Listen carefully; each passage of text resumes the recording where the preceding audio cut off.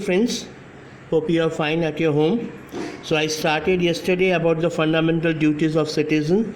I told you duties and your rights are parallel to each other. If duties are there, then rights has to be there. If your right is there, then duties has to be there.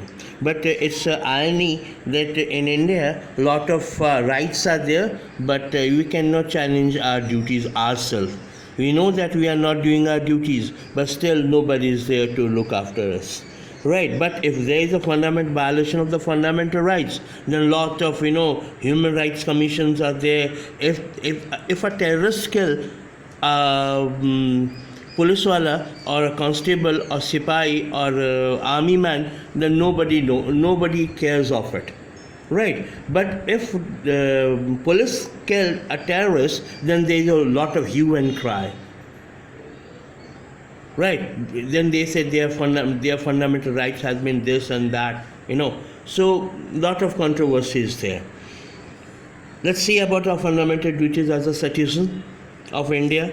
In 1976, the 42nd Amendment to the Constitution was passed. Among other things, this amendment inserted a list of fundamental duties of citizen. मौलिक अधिकार जैसे हैं तो मौलिक कर्तव्य भी हैं आपके पास. In all 10 duties were enumerated. However, the Constitution does not say anything about enforcing these duties.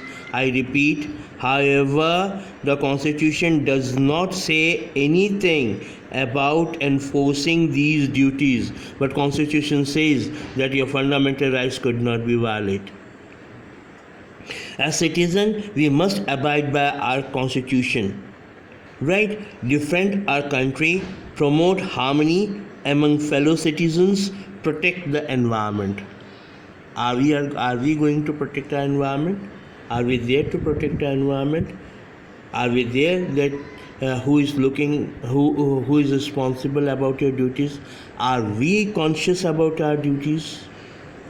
However, it must be noted that our Constitution does not make the enjoyment of rights dependent on the condition of fulfillment of duties. I repeat, listen to this sentence very carefully. However, it must be noted that our Constitution does not make the enjoyment of rights dependent or conditional upon fulfillment of duties. In this sense, the inclusion of fundamental duties has not changed the status of our fundamental rights. So, this inclusion of fundamental duties has not changed the status of our fundamental rights. So let's go for the directive principles as we are doing it. Directive principles, state policy. First, goals are there. Welfare of the people, I told you earlier.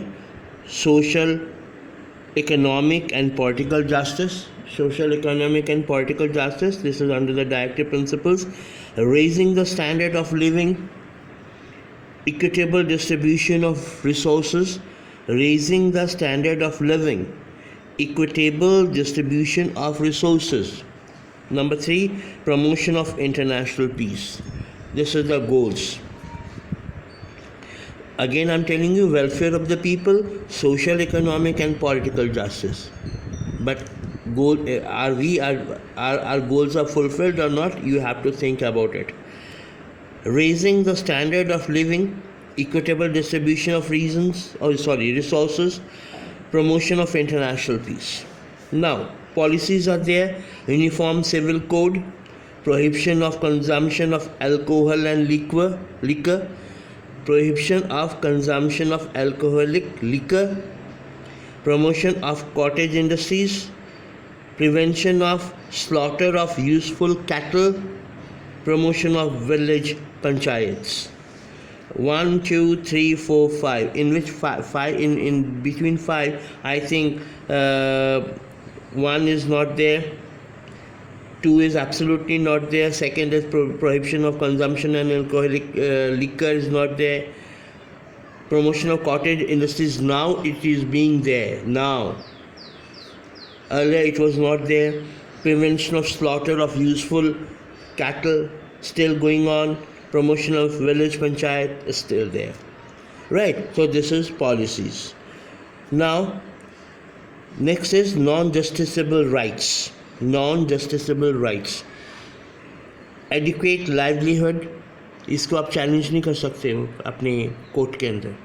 Adequate livelihood, equal pay for equal work for men and women, right against economic exploitation, right to work, these are non-justiciable rights. Right to work, early childhood care and education to children below the age of 6 years. Below the age of 6 years. These 1, 2, 3, 4, 5. These are all our non-justiciable rights. So, there is one cartoon, a beautiful cartoon, and I put a question mark on this, and you think about yourself. I will not give the answer, but you think about, because the answers could be vary from person to person. That is, tell me what is the point of saying nice things. Tell me what is the point of saying nice things in the Constitution if these cannot be implemented by any court. अच्छी बातें कहने की ज़रूरत क्या है जब उसको हम एक्सेप्ट कर ही नहीं पाते, हम उसको लागू ही नहीं कर पाते, तो उसको कहने की कोई ज़रूरत ही नहीं होती है. ठीक है, इज इट करेक्ट और not, it depends on individual to individual. Today is up to now only. Next video. Till then, take care and have a nice time. Thank you.